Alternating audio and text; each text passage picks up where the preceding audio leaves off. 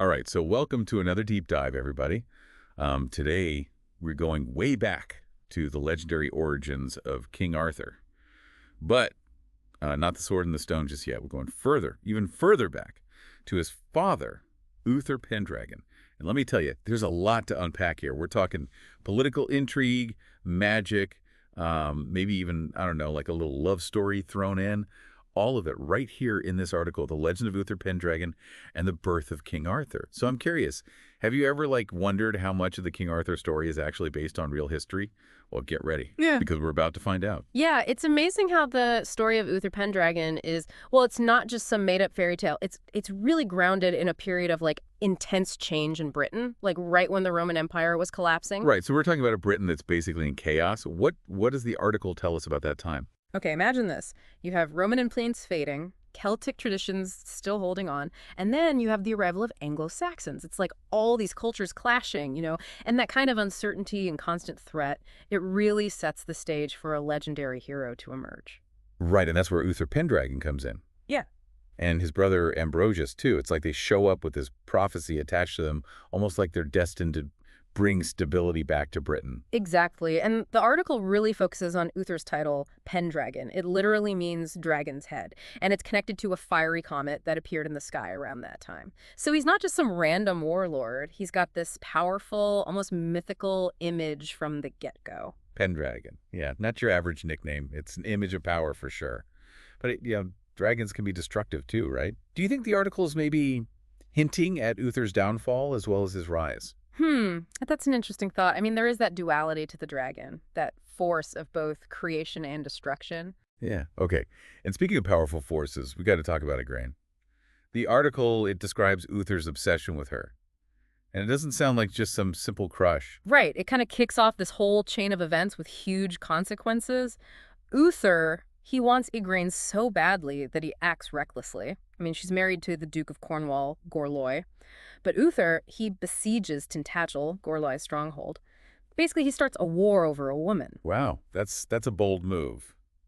It almost seems like the article is implying that Uther's desire, his ambition, is a little out of control, would you say? Yeah, I mean, it does make you question his motives. Is it really love for Igraine, or is it more like a dangerous sense of entitlement? Right, right. And then, of course, there's Merlin. And not just any magician. We're talking about the Merlin, with all his power and mystery. But his role in this whole thing, well, the article seems to raise some red flags. Well, you have to think about it. Uther is desperate. He can't get into Tintagel. And his desire for Igraine is just consuming him. So he turns to Merlin and makes a deal. And the article calls it a dark bargain. But I wonder if Merlin saw something in Uther or something we're missing. Maybe he thought Uther was the only one who could actually fulfill the prophecy and bring stability back to Britain. Okay, so you're saying Merlin, he may have had to make some, I don't know, some tough choices. Interesting. So, Yeah. so what does this dark bargain involve? Well, Merlin agrees to use his magic to help Uther. But the details are kind of where things get ethically complicated. Merlin, he disguises Uther as Gorlois, so Uther can enter Tintagel. And, well, Igraine, thinking she's with her husband, conceives Arthur. It's a deception with huge consequences. Wow, I mean, that's a lot to unpack. You have Igraine deceived, a war sparked, and a child conceived. And the article emphasizes that Arthur's birth is shrouded in secrecy. Why do you think that is? Well, it's more than just protecting Igraine's reputation. This secret, it casts a shadow over Arthur's legitimacy from the very beginning. He's born from a lie, through manipulation and magic. That question of legitimacy, it's going to haunt him throughout his life, and it's going to have a huge impact on his claim to the throne. So Uther, he gets what he wants, but I mean, at a pretty steep price. It makes you wonder, what kind of legacy is he really leaving behind? He's powerful, yeah, but he's also driven by these really intense desires. He makes some, well, let's just say questionable choices. And in the end, he's defeated. It's kind of tragic. It really is, and that's the thing about Uther Pendragon. He's so complex, and that's why his story, I think, continues to fascinate people. He's this warrior king, driven by ambition, this desire to unify a kingdom that's completely fractured. But he's also, well, deeply flawed. I mean, his obsession with Igraine, it leads to war, deception, and ultimately tragedy. Right, right. And then there's Arthur, born into this web of secrecy, raised away from his family. His father's reign ends in turmoil. That's going to leave a mark, right? Absolutely. It raises this huge question about Arthur. Was he destined for greatness from birth? Or did he have to forge his own path? Did he inherit Uther's ambition? Or did he rise above the circumstances of his birth? I mean, I'm guessing it's not a simple answer, right? Yeah. It's probably a mix of both nature and nurture, destiny and free will. Exactly. And the article, it suggests that Arthur, he inherited Uther's strength and ambition, but also the burden of his actions. You know, the political landscape, the clash of cultures, the threat of invasion, all of that, it's part of Arthur's inheritance. That whole idea of the sins of the father being visited upon the son, do you think that's what the article's getting at with Arthur? It's a theme that you see a lot in history and literature. The choices of those who came before us, they shape the world we inherit. Arthur's challenge is to navigate that legacy, both the good and the bad that came from Uther's reign. Okay, so we've talked about the historical context, Uther's rise and fall, the legacy he leaves for Arthur. But I want to zoom in on some of the key themes the article highlights. Sure. What really jumps out at you? Well, the article really emphasizes the power of destiny, the role of magic, deception, and then the consequences of betrayal. These themes, they run throughout Uther's story, and they kind of foreshadow what Arthur's going to face later on. Okay, let's start with destiny. It seems like this whole story hinges on the idea that certain events are predetermined. Like Uther and Arthur are caught up in this grand cosmic plan. Right. The prophecy of the two brothers, the Yeah. comet that heralds Uther's arrival, even the circumstances of Arthur's conception. It all points to their lives being shaped by forces beyond their control. But if everything's already decided, then what's the point of making choices? Where's the free will in all of this? I mean, that's the question, isn't it? Does fate dictate our lives? Or do we have the power to choose our own path? The article doesn't give a definitive answer, but it definitely explores that tension between destiny and free will. Maybe it's not about changing the outcome, but about the choices we make along the way. Exactly. It's often those choices driven by love, ambition, or revenge that create the drama, and they really shape the course of history. Right, and speaking of choices with consequences, we can't ignore the role of magic and deception in this whole story. Merlin, he's almost like a puppet master, right? Using his powers to manipulate events, to orchestrate Arthur's birth. Merlin's role is fascinating because he occupies this ethically ambiguous space. He's incredibly powerful, but his motives, they're often shrouded in secrecy. Is he acting for the greater good of Britain, or is he driven by some personal agenda? Yeah, you mentioned earlier that maybe Merlin saw something in Uther that we're missing. Can you, elaborate on that a little? Sure. The article mentions that Merlin is deeply connected to the land, to the ancient magic of Britain. So maybe he saw in Uther a raw power, a potential to unite the kingdom that others just didn't recognize. Maybe he believed that the ends justified the means, even if it meant deception and manipulation. Okay, so that's a pretty generous interpretation of Merlin's action. Yeah. But it does, it adds another layer of complexity to his character. It does. And we can't forget the impact of Merlin's magic on Arthur himself. He's brought into the world through this deception orchestrated by Merlin. That's got to have some kind of psychological impact on him as he grows up. Oh, absolutely. It raises all sorts of questions about Arthur's sense of identity, his understanding of right and wrong, how he views his own role in the grand scheme of things. Right, right. And then, of course, there's the theme of betrayal. It runs through Uther's story like a dark thread. Yeah, you could say that. He betrays Gorlois' trust by taking Igraine. Then he's betrayed by his own nobles, which ultimately contributes to his downfall. It's true. You can even argue that Merlin betrays Uther in a way. Manipulating him for his own purposes, even if those purposes are, maybe for the greater good. That's a good point. Betrayal, it's a recurring motif in Arthurian legends.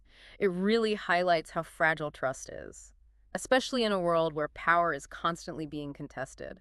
And it definitely foreshadows the challenges Arthur will face as he tries to unite a kingdom that's full of internal conflicts and external threats. Right, and it's interesting how the article draws these parallels between Uther's reign and the challenges that are waiting for Arthur. It's almost like history's repeating itself, but with a new generation at the helm. Okay, so we spent all this time with Uther Pendragon, seeing those events that lead to Arthur's birth, and now it's Arthur's time to step into the spotlight, right? Right, this is where the legend really kicks off. Arthur, raised in secrecy, doesn't even know who his real father is. And then he encounters that iconic test, the sword and the stone. You can just picture it. All these ambitious nobles, they all want the throne. They're trying to pull that sword free, but none of them can do it. Then this seemingly ordinary kid comes along, steps forward, pulls the sword out effortlessly. It's such a powerful image. Yeah, it's one of those moments that's so deeply ingrained in our minds. Yeah. But it's got to be more than just a cool visual, right? What do you think that sword in the stone really represents? It's all about legitimacy, About destiny. That sword, it symbolizes the right to rule, but not through force or just because of your family line. It's about being chosen, about being worthy. Okay, so Arthur's reign, it begins with this incredible act of destiny. But realistically, being king, it's not all about pulling swords from stones. What kind of challenges does he face? Well, he inherits a kingdom that's still dealing with the fallout of Uther's reign. There's resentment, nobles fighting for power, and that constant threat of Saxon invasion. Arthur has to find a way to solidify his rule, to prove he can lead, and to somehow create unity in a land that's deeply divided. You mentioned earlier how Arthur inherits not just the throne, but the consequences of Uther's actions too. How does that play out during his time as king? I mean, it's everywhere. Some nobles, they might see Arthur as just another Uther, someone who makes rash decisions, who's driven by personal desires. Others, they might question whether he's even the rightful king because of how he was born. He's constantly having to prove himself to overcome the shadow of his father. Wow, so how does he deal with all that? The Right. article talks about the Knights of the Round Table. Is that just, a group of warriors? Or is there something more to it? The Round Table, it was one of Arthur's most brilliant moves, both strategically and symbolically. He brings together the bravest, most skilled knights in the land. So yeah, he's creating a loyal group of supporters. But the Round Table is more than just a military force. Right. I mean, there's that iconic round table itself, no head of the table, everyone equal. That's a pretty radical idea for that time, isn't it? It is. And it really embodies this ideal of chivalry. It's a code of conduct that goes beyond just warfare. Knights are supposed to be honorable, they protect the weak, they uphold justice. It's like an attempt to create a whole new model for leadership, one that's based on principles, not just power. That's pretty amazing. So Arthur's got his knights, he's establishing this code of conduct. But, what about the action? The article hints at these epic quests, battles. Hmm. Is that just romanticized storytelling? Or is there something more to it? Those quests, those battles, they're important, but they're not just about spectacles. They're actually tests for the knights. They face moral dilemmas. They confront their weaknesses, and they learn what it truly means to be chivalrous. It's through those trials that the ideals of the Round Table are forged and tested. It's like they're putting those principles into action. Yeah. But even with the round table and these noble ideals, Arthur's reign, it doesn't end with a happily ever after, does it? The article mentions betrayal, the fall of Camelot. Yeah, it's true. Even the most utopian visions, they can fall apart. And we see that in the story of Lancelot and Guinevere, that classic tale of forbidden love and betrayal. And then there's Mordred. He represents the ultimate treachery, leading a rebellion that shatters the kingdom. It's like a reminder that even with good intentions, human flaws, jealousy, ambition, the desire for power, they can undermine even the noblest efforts. It's a tragic fall, but I think it actually adds to the power of the whole legend. It shows that creating a just and honorable society, it's an ongoing struggle. It's not a guaranteed outcome. And it makes you think about what Arthur leaves behind. Does Camelot disappear completely? Or do the ideals it represented, do they live on in some way? It feels like the Arthurian legend is about so much more than just kings and knights. It's about our own aspirations, our struggles with good and evil, that search for meaning and purpose. What do you think? What is it that people find so enduring about this story? It speaks to something universal in us, I think. We're drawn to stories of heroism, of striving for something better. And even though the story is set in this mythical past, it asks questions that are still relevant today. What makes a good leader? How do we balance individual desires with what's best for the community?